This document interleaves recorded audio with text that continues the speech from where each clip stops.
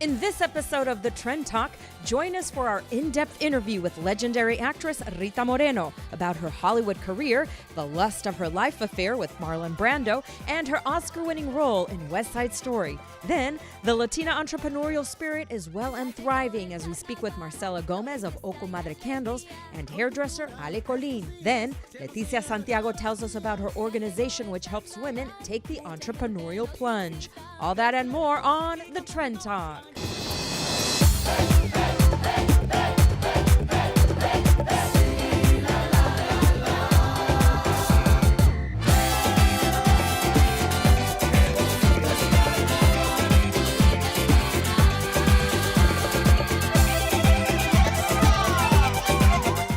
Thank you for joining Naibe and I on The Trend Talk. Today we're going to talk about this new trend of multi-generational living. It's basically what Latinos have been doing all along, but now it's becoming very mainstream. It's when different generations of people live under the same roof. You don't send abuela to the home, and your kids can stay as long as they want, as long as they contribute to the household. That's right. And for Latinos, it was driven kind of just by culture and tradition. But here in the United States, it's been driven by economics because according to a Pew study, research study, the 2008 crash kind of forced everyone to find a place to live with a family member because they couldn't afford it anymore because obviously there was not depression, but a recession. A recession. You know, the study also defined the three factors, which is millennials, you know, are staying more in the house because they can't afford to get, they can't get a job, they can't afford it. Aging family members, they need more care. They need, the family is there, and that's always been our culture. You take care of la abuela, right? And it's no longer a stigma to say, oh, I live with my, or my grandmother lives with me, or blah, blah, blah, because everyone kind of understands what happened, and it is this Don't you have a situation like that? Yes, my mother-in-law lives with us, so it's her, and then, obviously my husband and I and our two kids, so it's multi-generational as well. Right. And there's a lot of benefits. Obviously, everything has there's pros and cons. Some people haven't grown up with that elder in the household. And there's this rampant, disrespect of elders. And that also helps in that area. Right. You get to know that they were people too, and they had a history, and that they have a lot to teach them. Right, not just to be discarded after, turning 60 or whatever, or 70 or whatever. So yeah, I appreciate this trend, and I really hope that that people embrace accepting their members of their family. And it's interesting because it also works the other way. Right now we were focusing on more the elders, but it works the other way where sometimes parents, I remember there was a case of a parent that sued her own son so he could get out of their basement because he was living in the basement. She didn't want multi-generational living. Right, but I think with everything there has to be compromise. You can't just kind of live off of whoever's house you've now moved into. You also have to contribute, whether maybe if you don't contribute monetarily, but you do have to contribute in some way, like whatever, mowing the lawn if you're a guy, or if you have muscles. If you're an elder, you can't mow the lawn, but maybe you can take care of the kids, or it's all about being together time. and making it work. Right. And it's a good thing. We've been so separatist. Oh, I'm moving out, and now it's just families coming back together, which is a good thing. It's always a good thing. Compromise. And talking about family, there is one family which is on Netflix, and they are on One Day at a Time. And one of the actresses there is Rita Moreno. And I had the pleasure and honor of doing an interview with her a while back when she was promoting her book. But she is a Hollywood legend. And you're going to want to see the story behind that great woman. So don't go away. We'll be right back with Rita Moreno.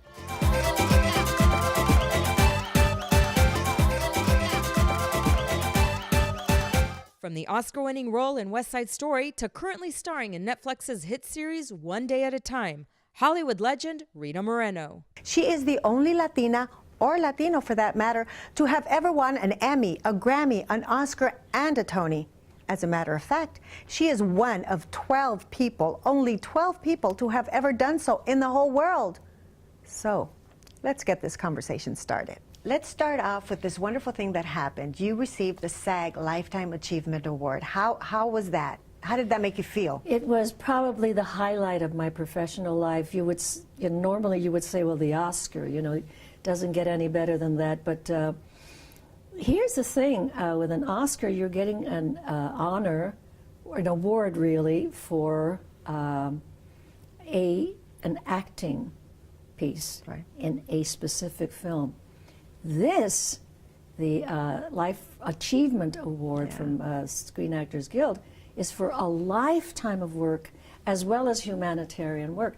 So it's extraordinary. It was the most amazing night of my life. And what was thrilling and tickled me to death is that all of these enormous stars were coming after me that night. Of course, you're a legend. To have received an Oscar, an Emmy, a Grammy, and a Tony, that's quite an accomplishment. Well, I guess so. Yeah, Yes, but yeah. and to be Latina, that's the thing. That's the thing. I mean, that's what makes it all just insanely special. It really hits home, hits in the heart when you have someone that accomplishes what you did. But what you said that you didn't know. Liz Torres told me this. You remember Liz? Yes, of course. She was a friend of mine. Yes. And she told me something that I would never have known had she not told me. And she told me that the night of the Oscars in the Barrio in New York, it was a hot night, so all the windows were open. And as you know, El Barrio is a very noisy place. We are noisy people. What can I say? That's how we are. That's how I am as well. That's how we are. We're raucous. We love to laugh. I love it. And when we cry, we cry just as loud as when we laugh. Right. Anyway, when Rock Hudson, who was the actor who was going to announce the name of the winner, came to the podium in my category, she said the whole barrio just suddenly went Quiet. dead silence. And when which is, insane. If someone had been passing by the barrio, they would say, "What's wrong?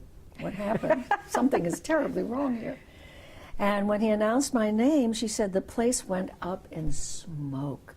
They're screaming out the windows, "She did it, she did it." And this is what's wonderful. Here you are doing a tour on your memoir, Rita Moreno, a memoir, because still some of us don't know all of the details of how hard it was for you to come up when you were coming up as one of the only Latinas that were still around. I think by then, I was Rita? the only Latina for a very long time. And, I had, unlike today, I didn't have a mentor. There were no mentors for young Latina women or boys or young men. There were no role models, none. I wrote this because nobody knows what that was like. And thank you for writing it, because you go back into the 50s when you first started out with the old Hollywood system, and which was, good in some ways, but not in too many ways. Not when it came to women. To not only to women, but to women of color or Hispanic women. None of that. Right, but and really, West Side Story, that should have been, Maria should have been your role. Well, because and you talk about that in your book as well. There are some juicy parts in this book. Of course there are juicy parts. The juiciest part. I'm not 82 for nothing. And by the way, you look fantastic. I hope I look as good as you at 82. Thank you. Yeah, you look fantastic. But the juicy parts in your book, of course, everybody wants to know about Marlon Brando. And we did hear, that, you and Marlon Brando were going out.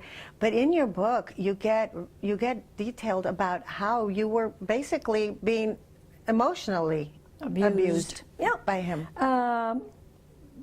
It was part of my upbringing to please the man. That's very, very Latino, and particularly in my age range. And so you let men get away with murder then. Now, it's still happening. Yes. Because this kind of thing dies very, very slowly. We really keep passing it on. We don't mean to, but we still pass it on to our daughters and to our sons. The sons get mimado, Yes. overindulged. But the girls have to make a lot of sacrifices in order to be considered by families, obviously not all of them, I'm not speaking of everyone.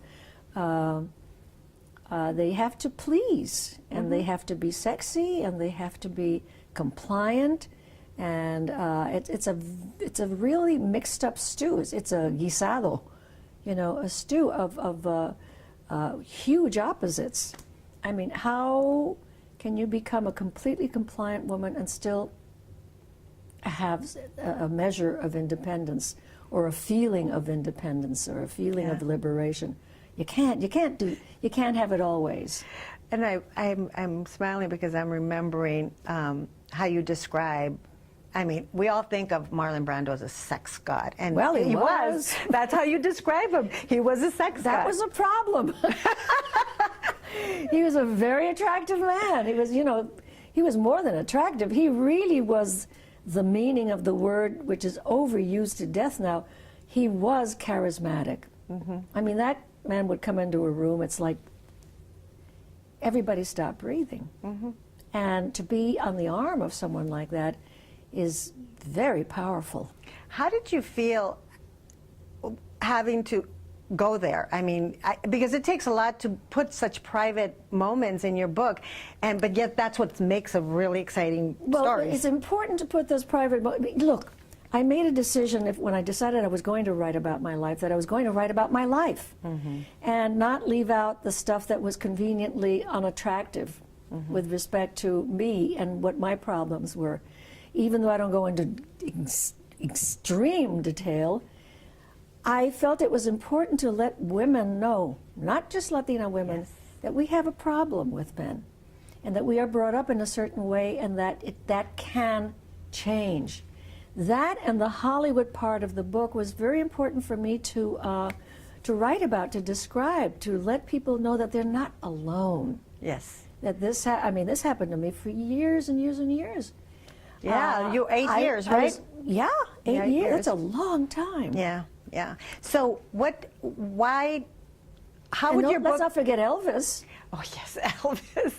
That was funny because nothing really ever happened with Elvis, and here we are Let me just say very simply, he weren't no hound dog. If you know what I mean.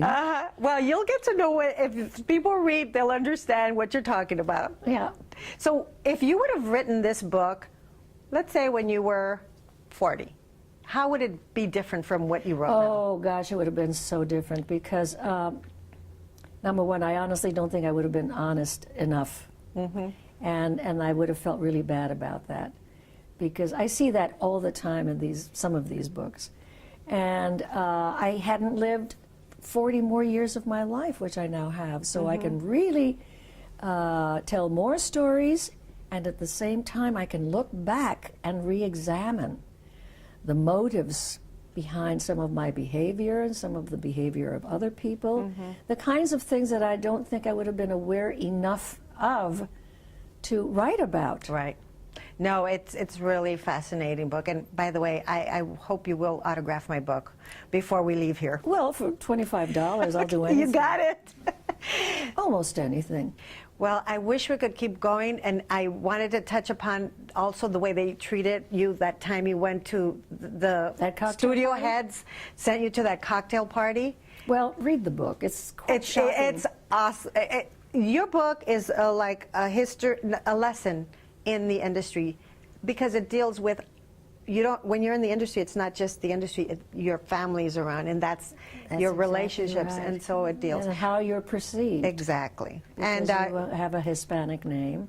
And thank you for being a role model, because you were we a didn't have terrific it. interviewer. Thank you very much. I loved we it. didn't have role models when I was growing up. Me too. And yet you were there, but I didn't know you were there. See, now I've become a role model, which just kills me.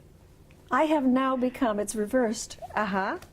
Anita in West Side Story became my role model. Right. And I was then in my 30s. I finally found a role model, and it was the role I was playing in West Side Story. Right. Crazy. That was, if anything, that movie just like really lifted Latinos up. I know. Even if you weren't Maria, which you should have been, but you were Anita. Oh, and I you was did the one with the fantastic. gumption, though. I would much rather have played Anita. Anita. Anita had spunk. Definitely, and so do you. Thank you.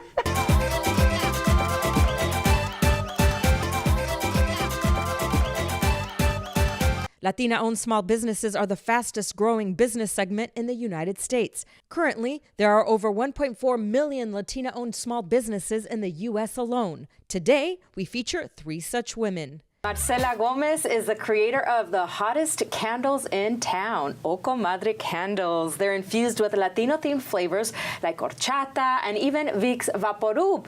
She's here to talk about her journey from nurse to thriving entrepreneur. Welcome to the Trend Talk, Marcela. Thank you for having me.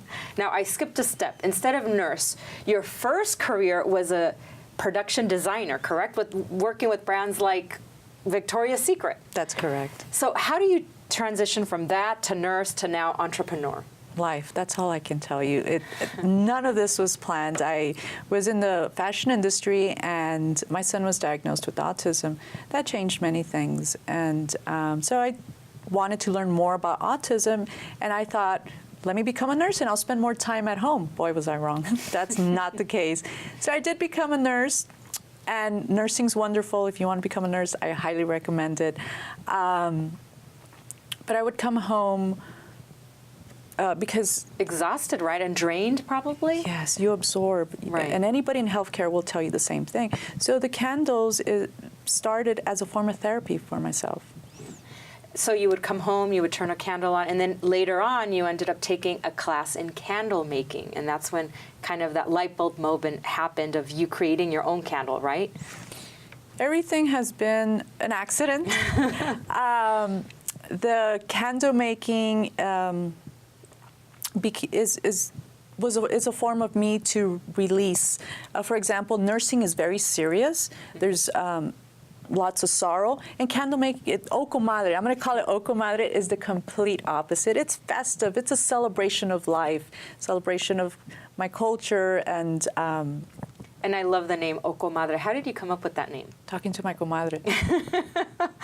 And when you guys were in that conversation, that's when this idea sparked, I'm assuming. Oh, we thought it was hilarious. Right.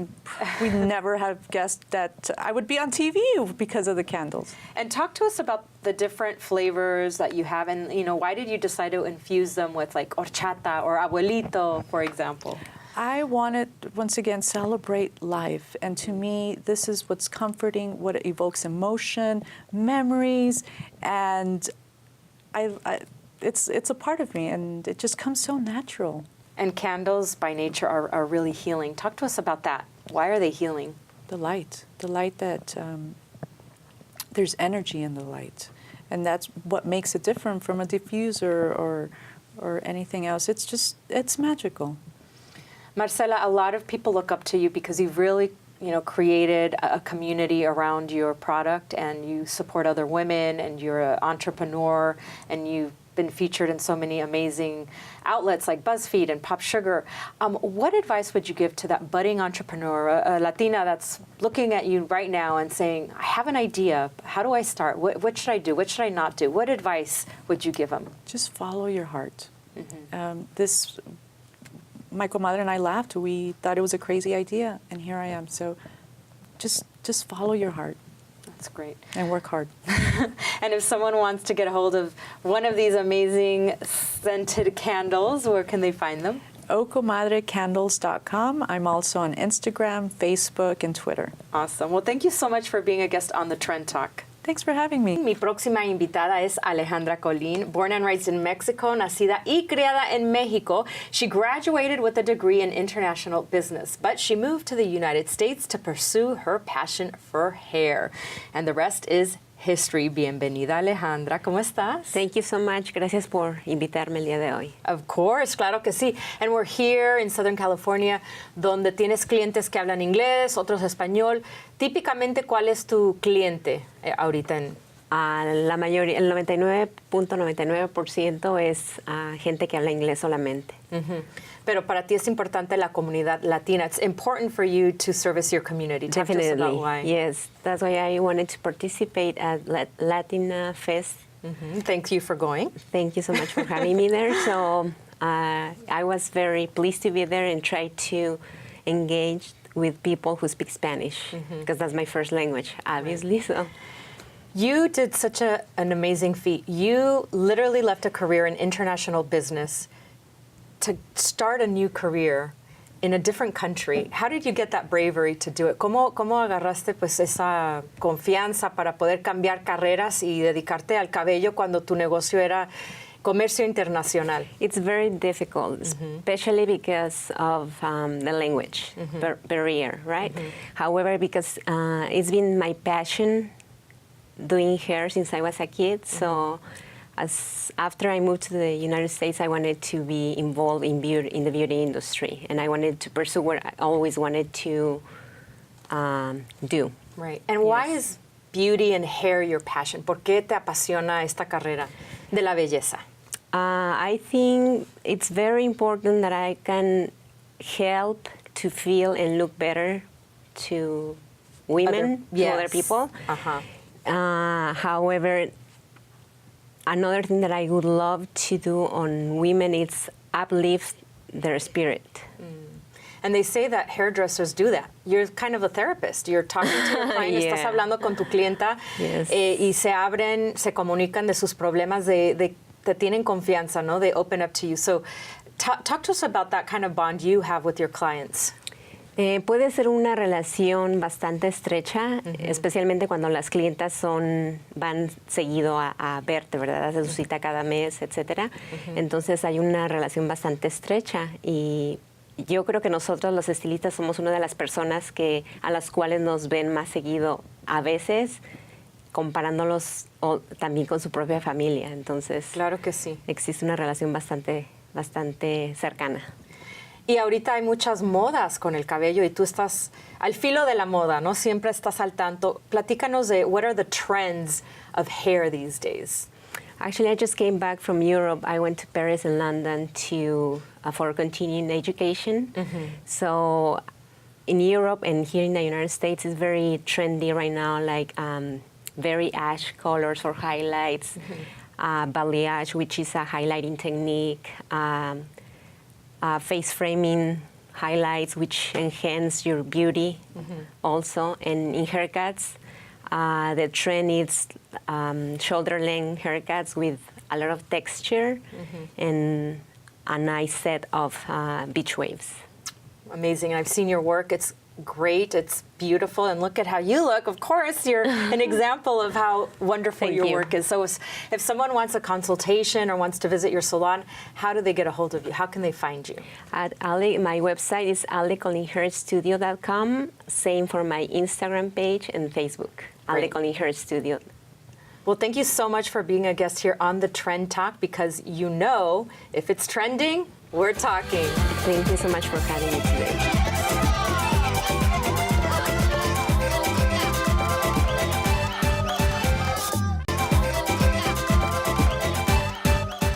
We're almost saying goodbye, but before we do that, we want to leave you with the special Trend Talk Trendsetter interview. WeFi. It's a nationwide organization that empowers and mentors women of diverse backgrounds to become leaders in their communities and in the insurance and financial services industries. Today we have Leticia Santiago, the Director of Operations for WeFi. Welcome, Leticia. Thank you. So happy to be here. We're so happy to see you again. You were at our Latina Fest. Yes, I was. Where the women just went crazy for the services that you have to offer. Yeah, it was a really good experience for us, and really to expose us and get us out there in the community is what we were doing. And you look for women who want to be financially independent, who maybe have a business and they want to make sure they grow that business. Yeah, there's a lot of aspects to it. Some of it does have to do with women who are already in the industry, those who are interested in becoming in the industry. We have opportunities and platforms to train them in becoming a financial services professional. And those that are already in the industry, just a platform that will help lift them. You know, women in our industry, there's very, very few of us in the financial services. Many industries are male-dominated. Right, of course. So this is just a platform for them to kind of help promote their business and show them that they can become independent in their business. So how do you help the entrepreneurs who need that little push? I mean, they're so focused on their business that, you know, all the little things like accounting and the banking and the taxes. How do you help those entrepreneurs? Well, that's what the financial services professionals do. You know, they kind of assess your overall, you know, your desires as far as being a business owner, where you want to go and how you see yourself. And part of that is making sure that you're financially secure, ensuring that you have funds. As an entrepreneur, you are self-employed and you don't have the benefits of those who are in an 8-to-5 who have health benefits and that group life insurance. So you need to make sure that you're securing yourself and your future and your families and employees that come, you know, with you that join your group. Also, like if I am not a businesswoman, is this somewhere where I can also go, and what would I get out of it? So for those that are not in the industry who are just interested in learning more, it's absolutely a place to go because we're offering financial literacy workshops, seminars. It's really important to us that women start to learn about financial literacy. I think it's been a thing that, you know, the man is always the one that takes over. Like taking care of like your finances. 401k or your insurances or all of that. Yeah, and statistically speaking, if the husband passes before the wife typically within the first year will let the financial advisor go if it's, you know, a mailman. So it's important for us to promote this because one, we need to be educated in what's available to us as women, those that are single, those that are in the business, that are trying to get into the business or own their own business. All of these aspects are important. And you mentioned that widows and divorcees are the ones that find themselves in situations, and this is where they can get some help. Yeah, you know, just to understand where they are financially currently, you know, receive a financial analysis to learn what you need and how to plan for that. You know, all of those things are what we financial independence offer. for all women. Absolutely. So if somebody wanted to contact you, where can they call you, and what can they expect would be the first step to get financially independent? Well, our website would be a great start, wefiyourway.com, WEFI yourway.com. Thank you so much, Leticia, for coming and informing us about this very important organization. I appreciate it. It's been fun. I can't wait till the next Latina Fest. Such inspirational guests. Thank you for joining us on the Trend Talk. And remember to keep following, keep watching, because if it's trending, we're talking.